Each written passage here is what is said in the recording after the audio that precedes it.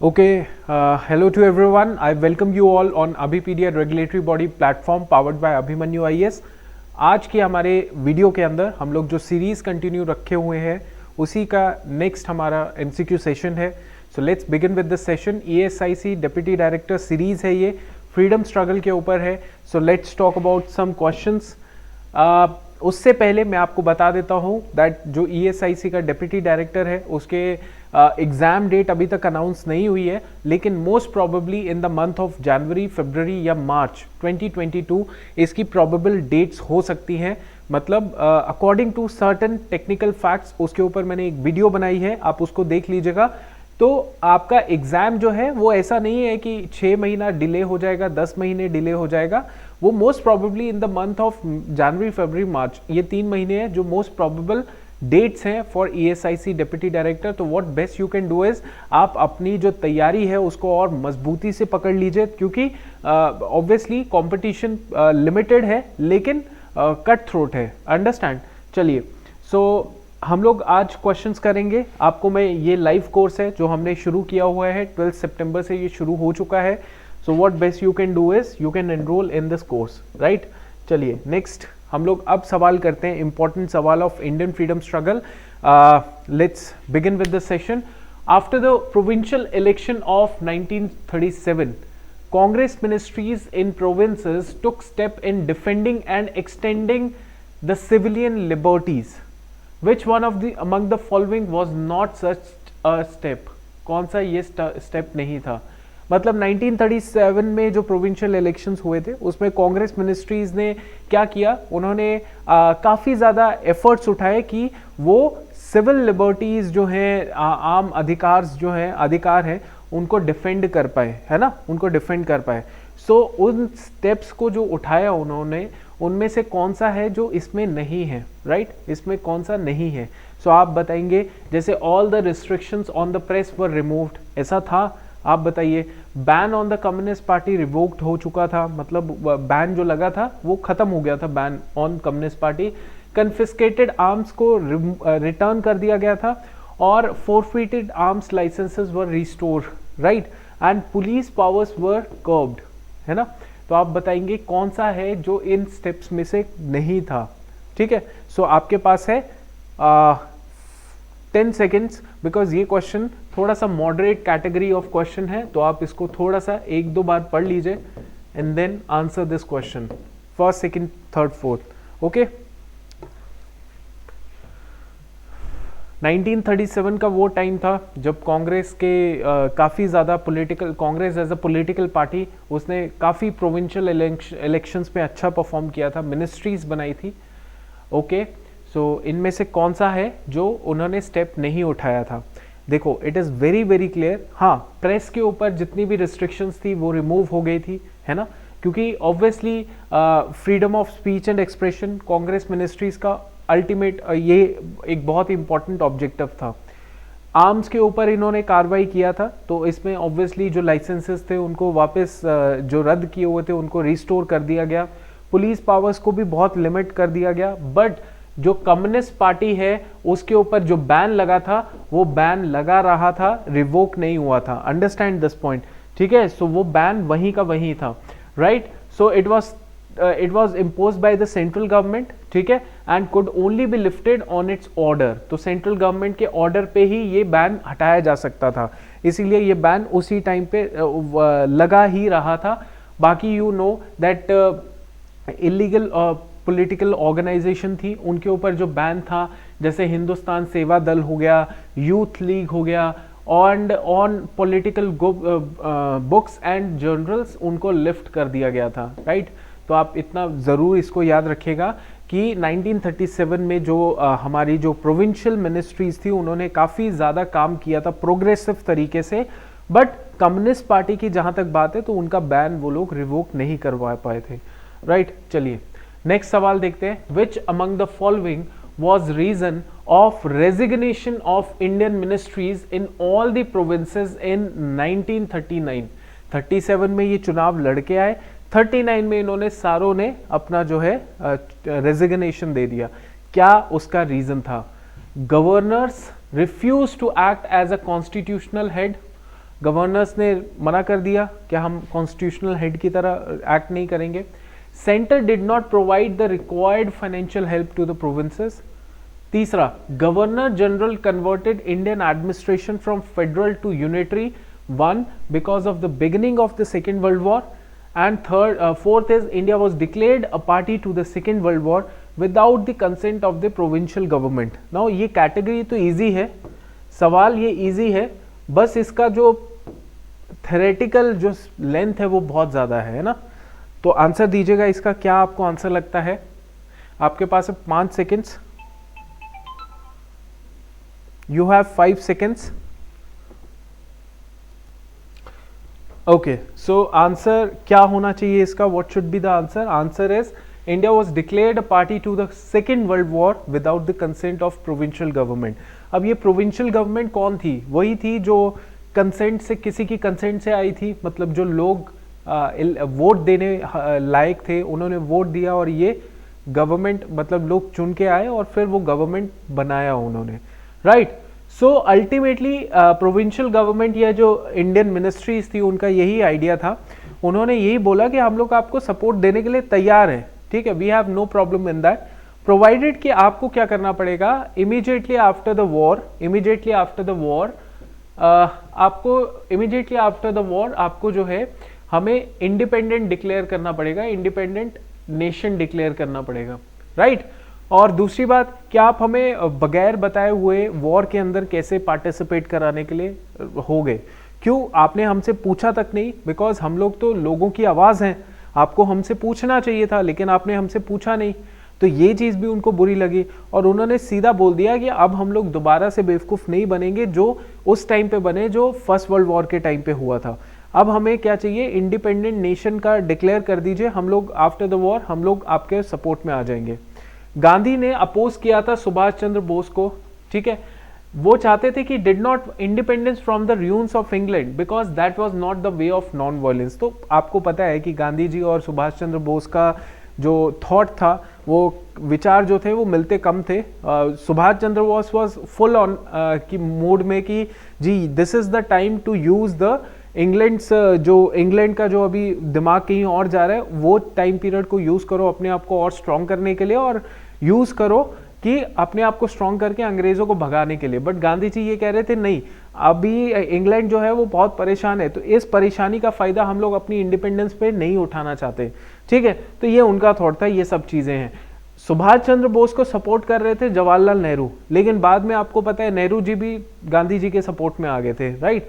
चलो, सो सितंबर 8, 1939 में क्या होता है, there was a meeting of Congress working committee and they decided, ultimately they decided कि हम लोग क्या करेंगे, हम लोग must be decided by Indian people, हम लोग क्या करेंगे, हम लोग अपना रेजिग्नेशन दे देंगे 8 सितंबर 1939 में। अल्टीमेटली ये डिसाइड हुआ, अंडरस्टैंड। चलिए, next is the Pakistan resolution was passed by Muslim League at Lahore in, Pakistan resolution was passed by Muslim League at Lahore in कौन से ईयर में? 1930s, 35, 42, 40, ठीक है। It is also a easy question, थोड़ा factual है, ठीक है, इजी क्वेश्चन है। 1930, 35, 42, 40, आपके पास है 5 सेकेंड्स, आंसर दीजिए इसका।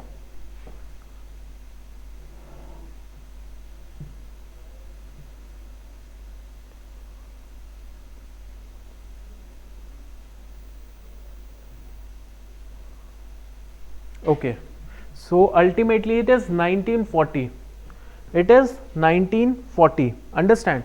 so मार्च 1940 मतलब 22 से 24 मार्च 1940 में लाहौर सेशन हुआ, मतलब मुस्लिम लीग ने लाहौर में अपना सेशन लिया और वहाँ पे they decided, what they decided is कि वहाँ पे they decided in this Lahore session उन्होंने पाकिस्तान रेजोल्यूशन पास किया था, जिसमें बोला गया था कि हम लोग को मुसलमानों के लिए अपना अलग से होमलैंड चाहिए, अलग से जगह चाहिए, राइट। सो ये लाहौर सेशन में अल्टीमेटली डिसाइड हुआ पाकिस्तान रेजोल्यूशन में। इनफैक्ट आपको पता होगा कि लाहौर सेशन जब पाकिस्तान रेजोल्यूशन पास हो रहा था, सो इसको पास करने वाले जो प्रोमिनेंट मुस्लिम लीडर थे, दे वर ऑफ द ओपिनियन कि इसका मतलब ये नहीं है कि पाकिस्तान और इंडिया अलग अलग है, ठीक है, इसका मतलब ये नहीं है, हम तो ये चाहते हैं कि मुसलमानों का अपना एक एरिया हो, ठीक है, इतना बात थी, इसमें ये नहीं था कि टू नेशन थ्योरी को बढ़ावा दिया जा रहा है, ऐसा उनका उस टाइम पे थॉट नहीं था, right. Which of the following was not a part of the feature introduced by government of India act 1935, तो विच of the following was not a part of the features introduced by Government of India Act 1935, right?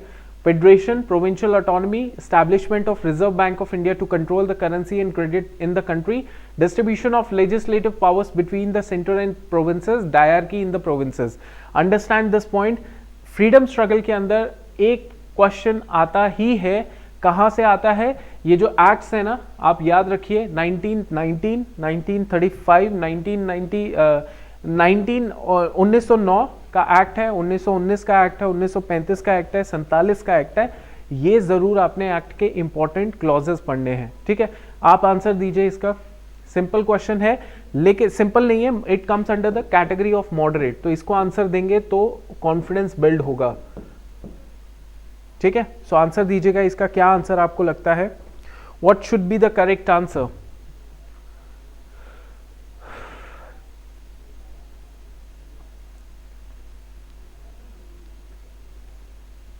देखिए 1935 में provincial autonomy की बात हुई थी, obviously yes, क्योंकि dyarchy provinces से खत्म कर दी गई थी।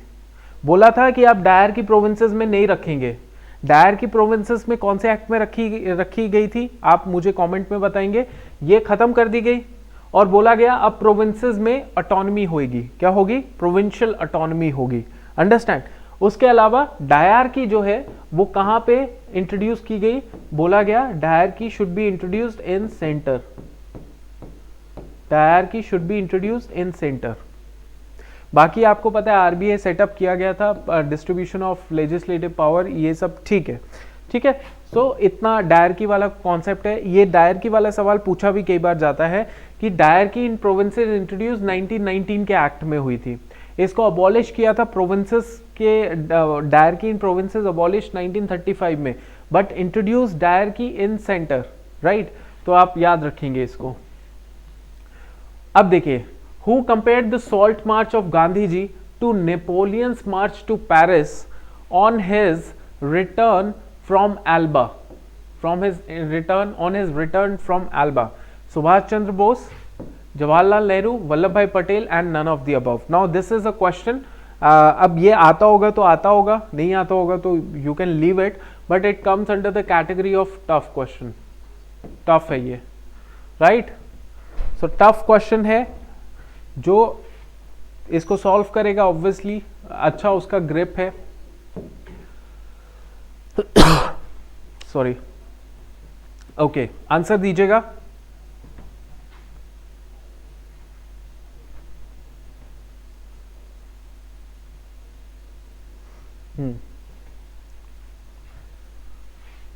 Who compared the salt march of Gandhi ji to Napoleon march to Paris? So ये कंपैरिजन किया था हमारे, किसने? सुभाष चंद्र बोस ने। किसने किया था? सुभाष चंद्र बोस जी ने, राइट। तो एक सिंपल सा एनसीईआरटी से कहीं खोज के निकाला था ये सवाल, तो आप याद रखेंगे। इस तरीके से उन्होंने कंपैरिजन किया था। Now, who among the following personalities, who was not associated with the foundation of Congress Socialist Party in 1934? ठीक है, कौन सी पर्सनालिटीज हैं जो एसोसिएटेड नहीं है with the foundation of Congress socialist party in 1934? Ashok Mehta, JP Narayan, PC Joshi, Narendra Dev. ये चारों के चारों नाम जो है आपको याद रखने हैं, 101% याद रखना है, ठीक है। क्यों? क्योंकि ये चारों के चारों नाम आपको कहीं ना कहीं पेपर में आ रखे हैं। इनके चारों के बारे में कुछ ना कुछ फीचर्स आपको याद होने चाहिए। तो सोशलिस्ट, देखो आपको याद तो एटलीस्ट इतना तो होना चाहिए, सोशलिस्ट पार्टी जो है उसका क्या कंट्रीब्यूशन रहा है फ्रीडम स्ट्रगल के अंदर, ये भी आपको पता होना चाहिए। अशोक मेहता सोशलिस्ट थे, जेपी नारायण, जयप्रकाश नारायण सोशलिस्ट थे, नरेंद्र देव सोशलिस्ट थे, तो पीसी जोशी सोशलिस्ट नहीं थे, he was not a socialist, right, ये ज्यादा गांधीयन थे, right, he was Gandhian. Marxist trend socialist Narendra देवा हो गया। गांधीयन सोशलिस्ट अगर देखें तो राम मनोहर लोहिया, अच्युत पटवर्धन। एंड पीसी जोशी जो थे, ही वॉज मोर इनटू स्वदेशी मूवमेंट में ये पार्टिसिपेट किया था इनका एज सच, इस तरीके से, राइट। चलो नेक्स्ट सवाल, who was the second satyagrahi in individual satyagraha. Now this is easy question, this is easy question. पहले ही मैं बता रहा हूं कौन थे जो सेकंड सत्याग्रही रहे, इंडिविजुअल सत्याग्रह जो गांधी जी ने शुरू किया था, कौन रहे, राइट, थे।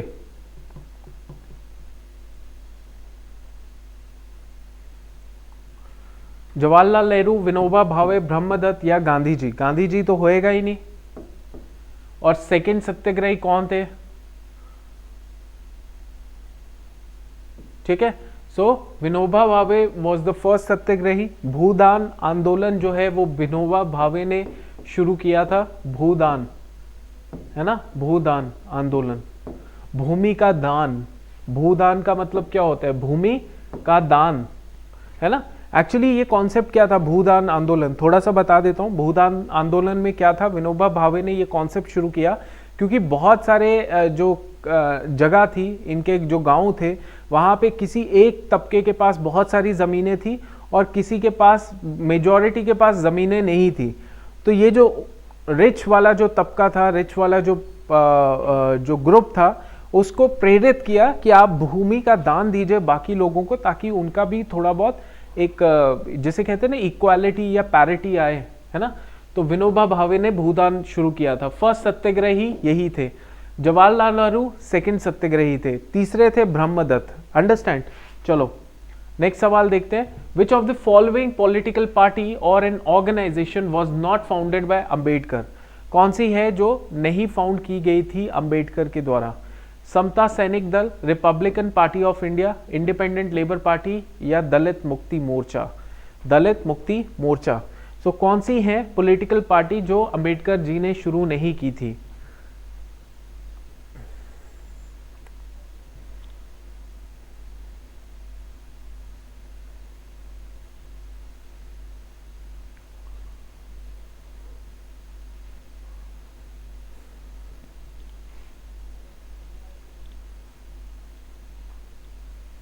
हाँ, तो देखिए एसएसडी, यस एसएसडी, समता सैनिक दल इन्होंने शुरू किया था, राइट। आरपीआई इन्होंने शुरू किया था, आरपीआई इन्होंने शुरू किया था, आईएलपी इन्होंने शुरू किया था। दलित मुक्ति मोर्चा ऐसा कुछ भी पार्टी इनसे रिलेटेड नहीं है, राइट। तो थोड़ा सा याद रखेंगे। आरपीआई इन्होंने शुरू की थी as a political party. Obviously scheduled caste federation जो है उसके रूट्स थे, और इसमें क्या होता था कि जो भी लोग हैं उनको पहले थोड़ी बहुत ट्रेनिंग दी जाती थी before entering into the politics, right. थोड़ा इस तरीके से इनका कॉन्सेप्ट था। समता सैनिक दल 1924 में बनाया गया था, ठीक है, ताकि जितने भी दलित समाज है उनके जो राइट्स हैं उनको सेव करने का काम कौन है, काम कौन करेगा, दलितों में ही करना पड़ेगा, दलितों को ही करना पड़ेगा। सो उन्हीं लोगों का एक दल तैयार कर दिया, सैनिक दल, राइट, 1924 में। ओके, और इसके बाद आईएलपी की बात करें तो 1936 में, 15 अगस्त 1936 में इसको फॉर्म किया गया against the Brahmanical and capitalist structure in the society. तो ये सारी चीजें उनके द्वारा की गई, एसएसडी, आईएलपी और आरपीआई, राइट। इनका आपको याद भी रखना चाहिए कि ये कौन से ईयर में की गई। ये ऑब्जेक्टिव तो क्लियर है कि ये किस लिए की गई थी। 1924 आपका ये आ गया, 1936 आपका आ गया, और आगे का है 1956, ये भी याद रखिएगा। नेक्स्ट हम लोग बात करते हैं परम धाम आश्रम। कौन सा आश्रम, परम धाम आश्रम।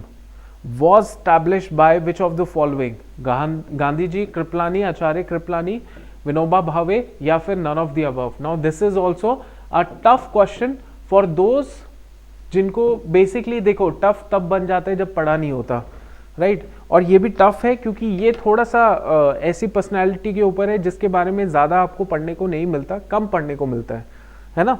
तो जल्दी से जल्दी आंसर बताइए।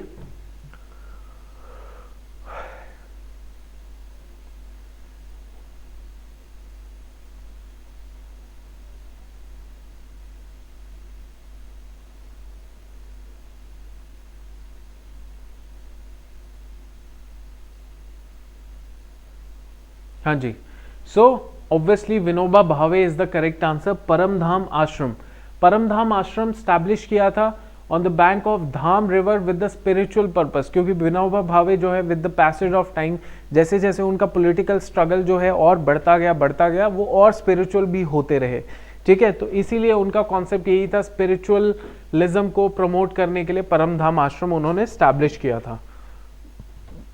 ओके, नाउ नेक्स्ट सवाल देखते हैं।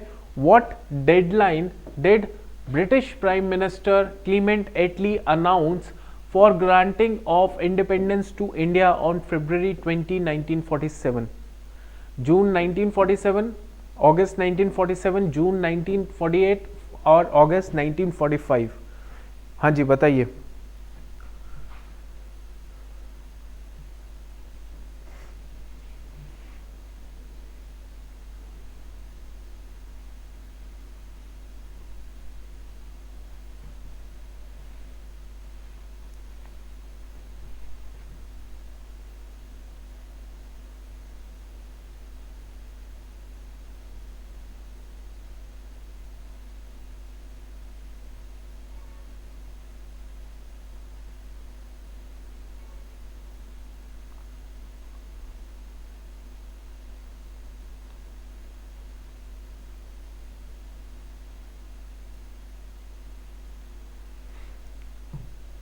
Okay, so Clement Attlee, British Prime Minister, he announced for on February 20, 1947 announced a date कि इस दिन हम लोग जो है ग्रांटिंग द आज़ादी दे देंगे इंडिया को, बट वो पॉसिबल ही नहीं हुआ, उससे पहले ही ब्रिटिशर्स भाग के चले गए।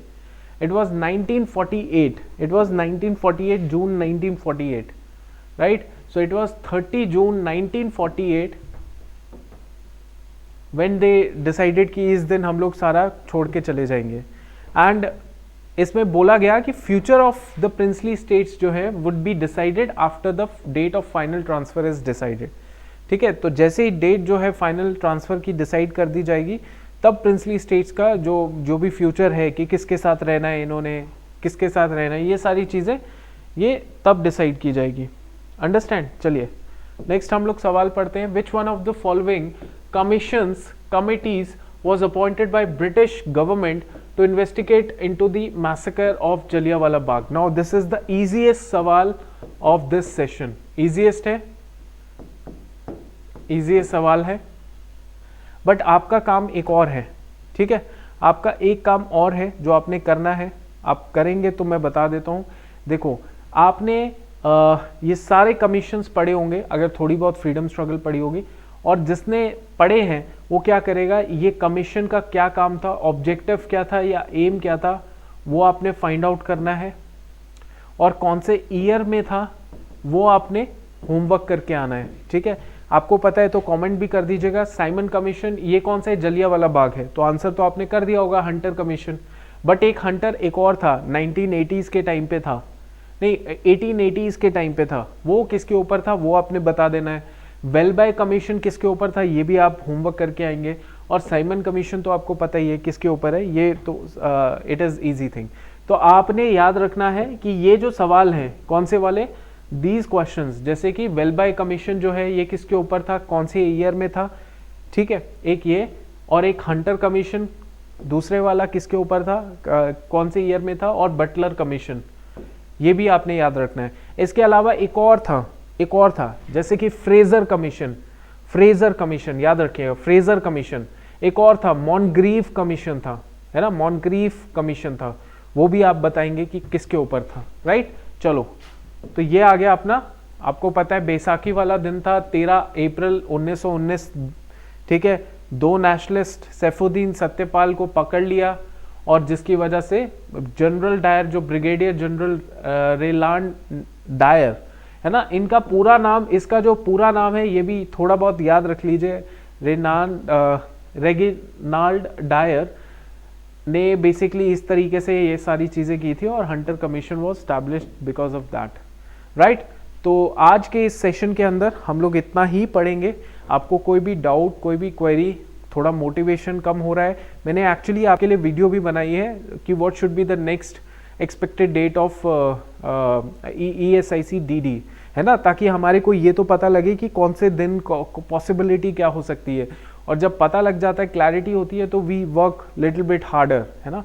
और हार्डर मतलब यही है कि आप सब जॉब वाले हैं स्टूडेंट्स, तो जितने भी जॉब वाले स्टूडेंट्स हैं ऑब्वियसली उनके लिए टाइम कम रहता है पढ़ने के लिए।